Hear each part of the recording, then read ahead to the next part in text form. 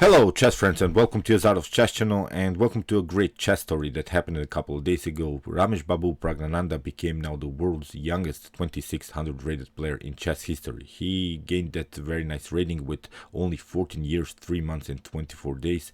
And who knows, we'll see how Praggnanandhaa's career will go on, because I think he can in the future also break Magnus Carlsen's records, because records are there to break them, I think, and we all thought maybe that no one is going to break even Garry Kasparov's rating record. Then Magnus Carlsen broke it, and maybe in the near future, maybe in some 6, 7, or even later, Praggnanandhaa will become the top rated player in chess history. So I think he has all of the potential because he plays really great chess, and he also won this London Chess Classic FIDE rating tournament, so this open tournament, with 7.5 points out of the possible 9. He got from this tournament 15 rating points plus. So before the tournament he was rated around 25 and 86. He is now around 26 and 1. So unbelievable stuff. And as said, he won the tournament, which is, I think, also a great thing, because he has to win tournaments to be motivated, to be competitive, and he broke really many records in chess history, and this is, I think, one of the most important records that he has gained, because now he has all of this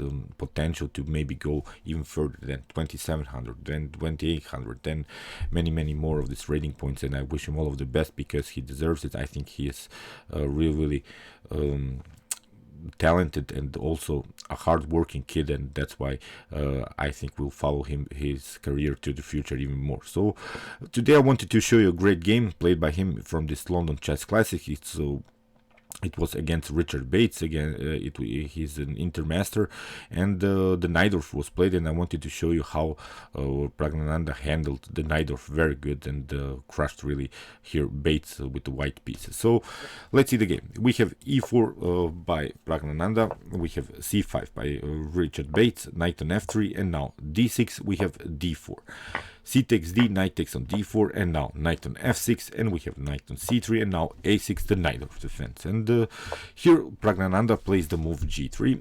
It is one of the most complex lines now, because there is this problem for black here. If you try knight on c6, then we can try bishop on g2, and then knight on c6, knight takes on c6 is the main idea. After b takes c6, e5 would be sort of a pawn breakthrough idea to get this bishop working here on the light squares.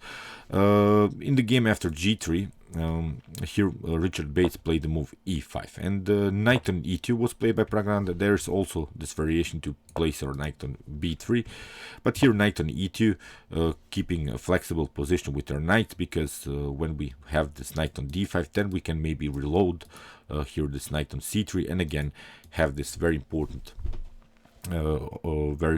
square on d5 occupied. And the main problem of the Najdorf always is this weak d6 pawn and also this weak d5 square. So from white's perspective, there are two strategies here. Just one strategy is to attack this weak square on d5, the other strategy is to attack the weak pawn on d6. So here knight from b to d7 was played, and now a4, creating sort of a blocking system, because here b5 is the main idea.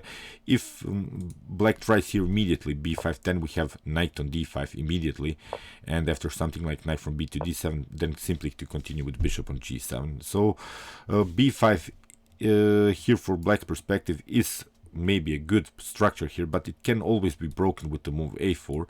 It breaks really this space advantage that black has built so far. So here in this continuation, Bates played a more calm line with the knight from b to d7, and we have now a4 blocking this b5 move, and now we have b6. And again, why I stopped to play this Najdorf, I used to play the Najdorf defense, now I'm not going to play it anymore, is always after the move a4, this weakness on b6, then you have this d6 weakness, here we have the d5 weakness, as I said. And although it's still playable, and Magnus Carlsen would probably win many games in this particular line as black, but I'm not Magnus Carlsen, of course, and I really hated to handle all of these weaknesses through the whole game. Basically, you have to play a perfect Najdorf to get out of this weakness mess.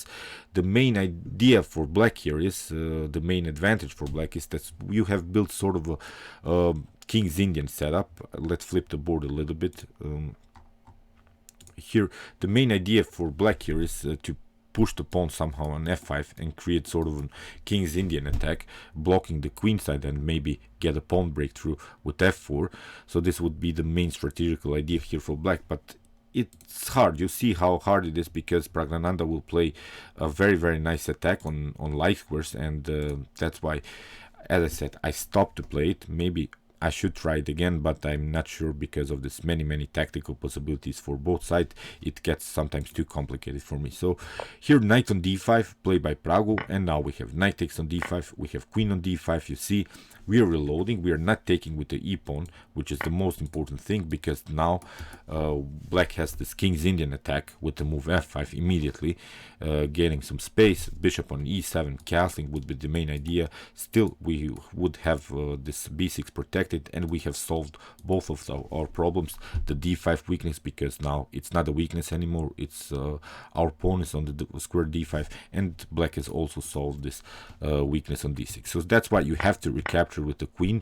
Here we have rook on b8, and now knight on c3. Again, this reloading system to get again a very powerful blockade against the potential d5. So knight on c5 was played. If you try bishop on b7 to attack the queen, then queen on d1 is perfectly fine. After bishop on e7, then simply continue, play calm move, and you see black would love maybe to give up here the dark square bishop, because the dark square bishop is a little blocked out, but you cannot do that, because then your d6 pawn is hanging. So in the game, after knight on c3, knight on c5 was played. It's also a common idea by black to create sort of a blocking system, but the problem here for black is that you haven't secured the blockade. You haven't played the move a5.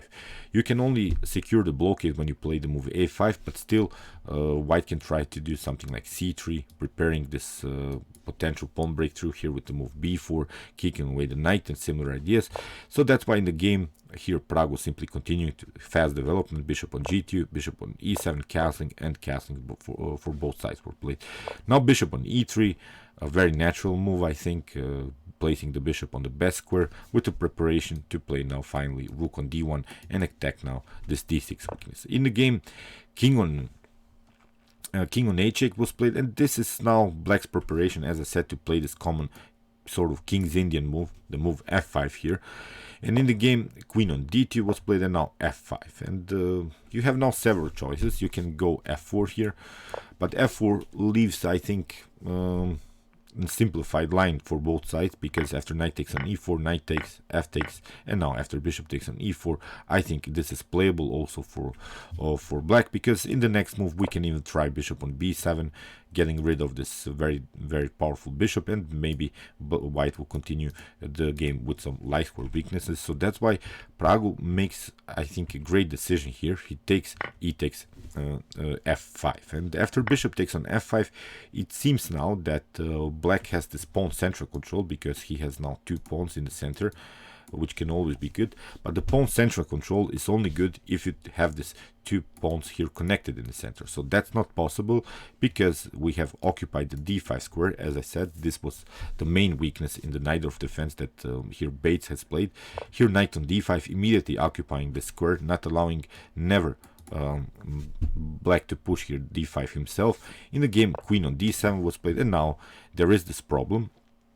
After the move queen on d7, as I said, the main weakness is the pawn here on b6. So that's why here Praggu simply attacked. b4, kicking away the knight. We have knight on e4, and now queen on e2. And whatever you do, if you try bishop on d8 to protect this b6, then you get queen takes on a6. You see too many weaknesses here in black's position. In the game, after knight on e4 and queen on e2, here knight on f6 was played. And now, of course, knight takes on b6. We have queen on c7 and queen on a6. And we have now two connected pass pawns here for white. This is, I think, too much to handle here for black. We can simply push them, and the good thing about these two pass pawns are that they are supported, so it's not the same thing if you have the support or you don't have the support of the pawns. Here with the move rook on a1, you have already a clear path sort of here on the a file, and the more important thing is that the bishops are also covering the squares a7 and ax, so here it's really a clear path for this pawn. So queen on c2 was played, but not a problem here. Queen on a7, very nice move, and now rook on e8, protecting the bishop, but now rook on c1. Here we have a counterattack sort of by Bates, attacking the pawn, but not a problem because Praggu finds, of course, the best move. Rook on c7, attacking the bishop, so that's why you have to go back. Here queen on e6 was played, and now a5, simply pushing forward. Nothing special, nothing fancy, as I always love to say. Here simply continuing to push pawns, bishop on e4, and now bishop takes on e4. We have knight takes on e4, but it's a little bit too late for black to push pawns now. Still, these are not two pass pawns, because this pawn still has to battle against this f pawn, so black has only one pass pawn, white has two pass pawns, and it's a huge difference in this particular position. And the more important thing is that our pawn is already advanced, it's already here on the square a5. So in the game, queen on b7, Praggu played here simply to continue to push here, knight on f6, and now very important move, bishop on g5.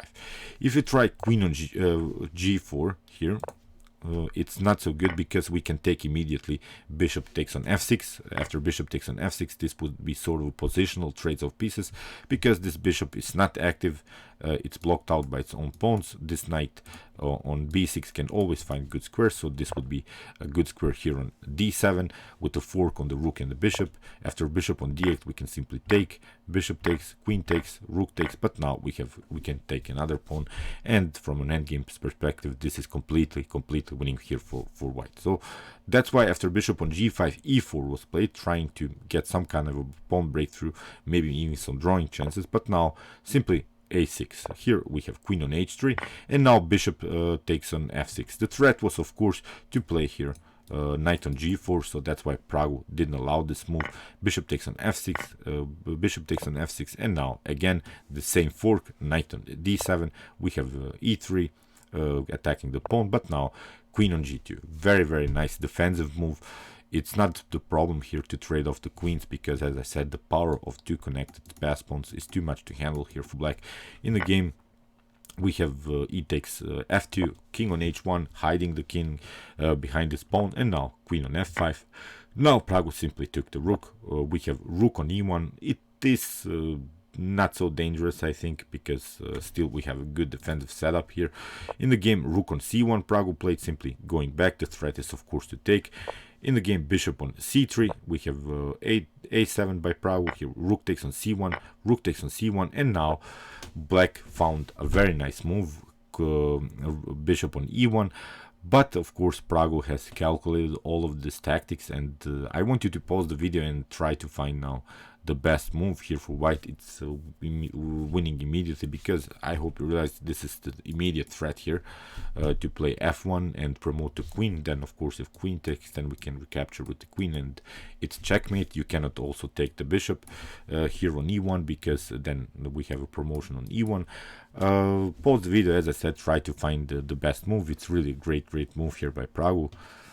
And it's, of course, the move knight on g6, first with a check, f takes g6, and now queen on a1, promotion, first with a check, king moves, and now we have a perfect defense here, queen on a6, preventing this f1 move, and it's game over here for black. Okay, great game by Praggu. Congratulations to this accomplishment. This 2600 rating is, I think, a great thing, and we'll see how his career is going on, because in the next year maybe he will get even around 2800. Who knows? There are no limits now when we see that the Stockfish engines, Lila C0 engines, and these top engines, the top computers are evolving. They're getting even a rating around 3500. I think we humans also can go much higher with our rating, so I don't think that this rating that Magnus Carlsen, this record of his rating is not the limit of ratings. We'll see, I think, a new world record in this ratings for sure. So, and I think it will be Rameshbabu Praggnanandhaa. Okay, I hope you enjoyed this game. I enjoyed this game a lot. It was great, great pawn breakthrough, great tactical battle here, and Praggu won this tactical battle. We'll see what will happen with his career. I wish him, as I said, all of the best. I really like his games. And meanwhile, you can watch my other commented chess games with some more Praggu, maybe some Magnus Carlsen games, and many, many more. And you can also watch my best chess games of all time if you want to see the best chess games that have been ever played in chess history. See you soon with some more videos, and chess is the best, of course.